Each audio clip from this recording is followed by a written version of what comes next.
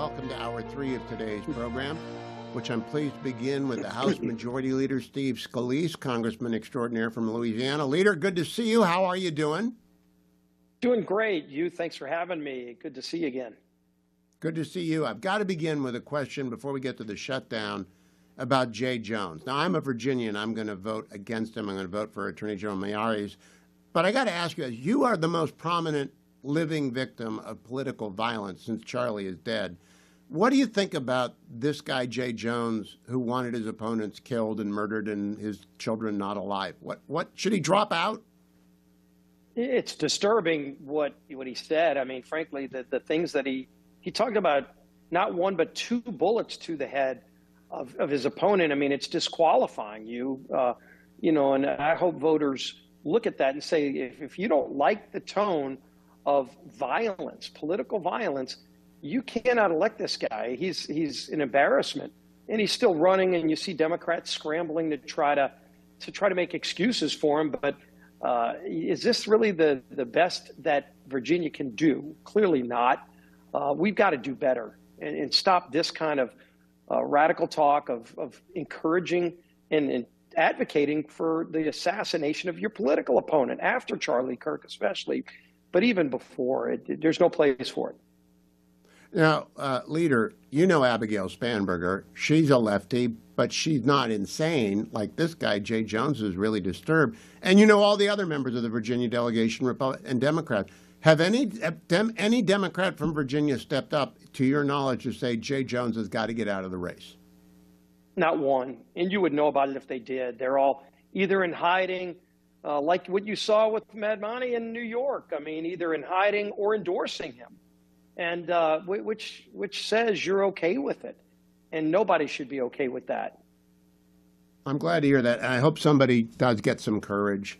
I have, for example, said New Yorkers ought to vote for Andrew Cuomo, though he's terrible, because he's not an anti-Semitic communist like Mamdani. Mr. Leader, let's turn to the House. I saw the tape of Leader Jeffries get into it with Mike Lawler. Good for Mike Lawler. He wins on points, not a knockout. How much of that is just Hakeem Jeffries not being up to this job?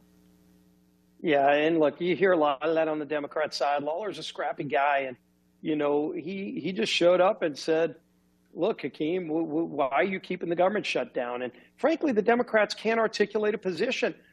You go back to Chuck Schumer's alternative bill, and Schumer literally had the far left, the nuttiest far left elements of his base write their alternative of why they shut the government down. It was $1.5 trillion in new spending, including $200 billion for illegals to get health care. That's in their bill. They've got their fake fact checkers and all the far left networks trying to fact check it. I can show you in Chuck Schumer's bill where he takes away our verifications that illegals shouldn't be able to get your taxpayer funded health care. Schumer repeals that, in addition to $1.5 trillion in new unpaid for spending as his ransom to open up the government and pay our troops. This is who the Democrat Party is right now. Hakeem, Schumer, the whole bunch of them. 99% of Democrats in the House and Senate voted to shut the government down, and we're there right now. And what are they going to tell our military men and women? Some who are overseas defending our freedom, and their families are here, and they're about to miss a paycheck.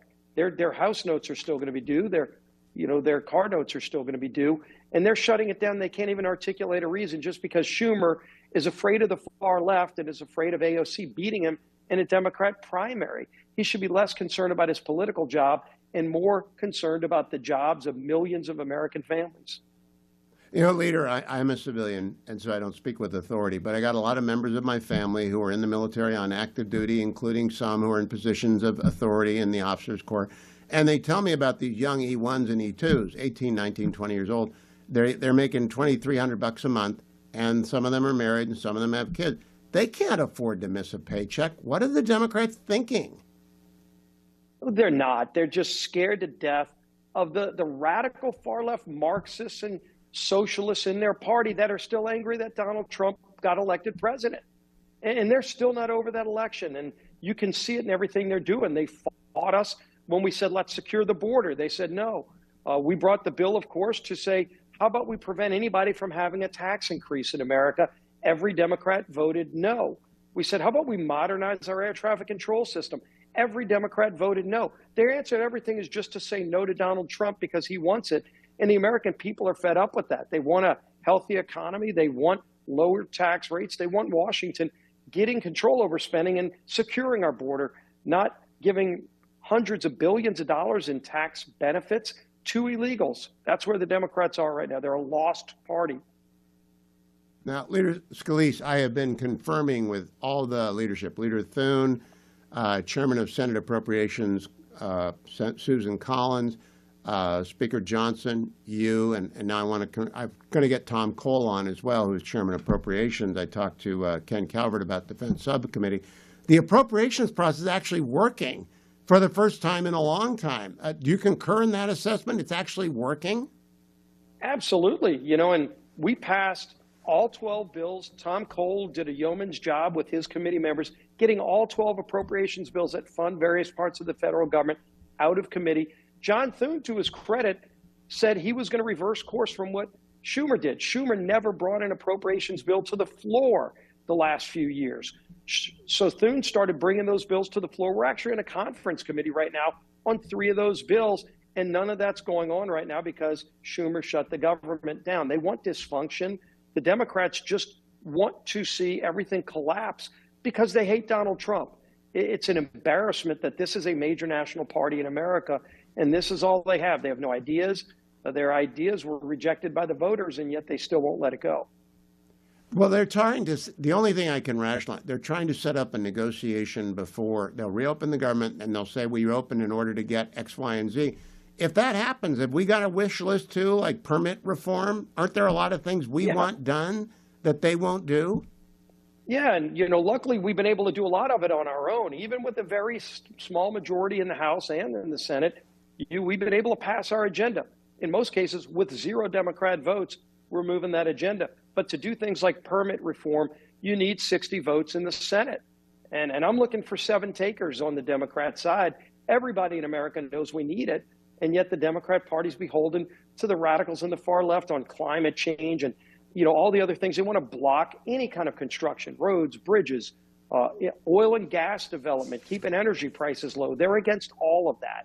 And again, you go see where the American people are on it. They made their voices heard loud and clear in November. Let me play for you a quick clip of former Speaker Pelosi on with Dana Bash today, cut number 8. I mean, I understand what you're saying about where the differences are, and they are very big. They are voting yes on what we say here in Washington, a clean CR, a bill to keep the government running for 7 weeks, and Democrats are voting no, and for the reasons you just said. So how are they shutting down the government? First of all, it isn't a clean CR. Okay. So let's not stipulate to that. It's not a clean CR. What do they have in it? Going into that. The point is. Then she froze. So first question, Mr. Leader, is it a clean CR?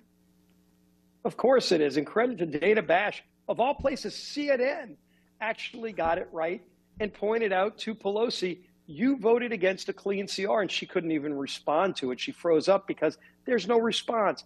They're trying to lie to the American people, and gee whiz, don't worry, health illegals aren't getting health care. Yes, they are in Chuck Schumer's alternative bill.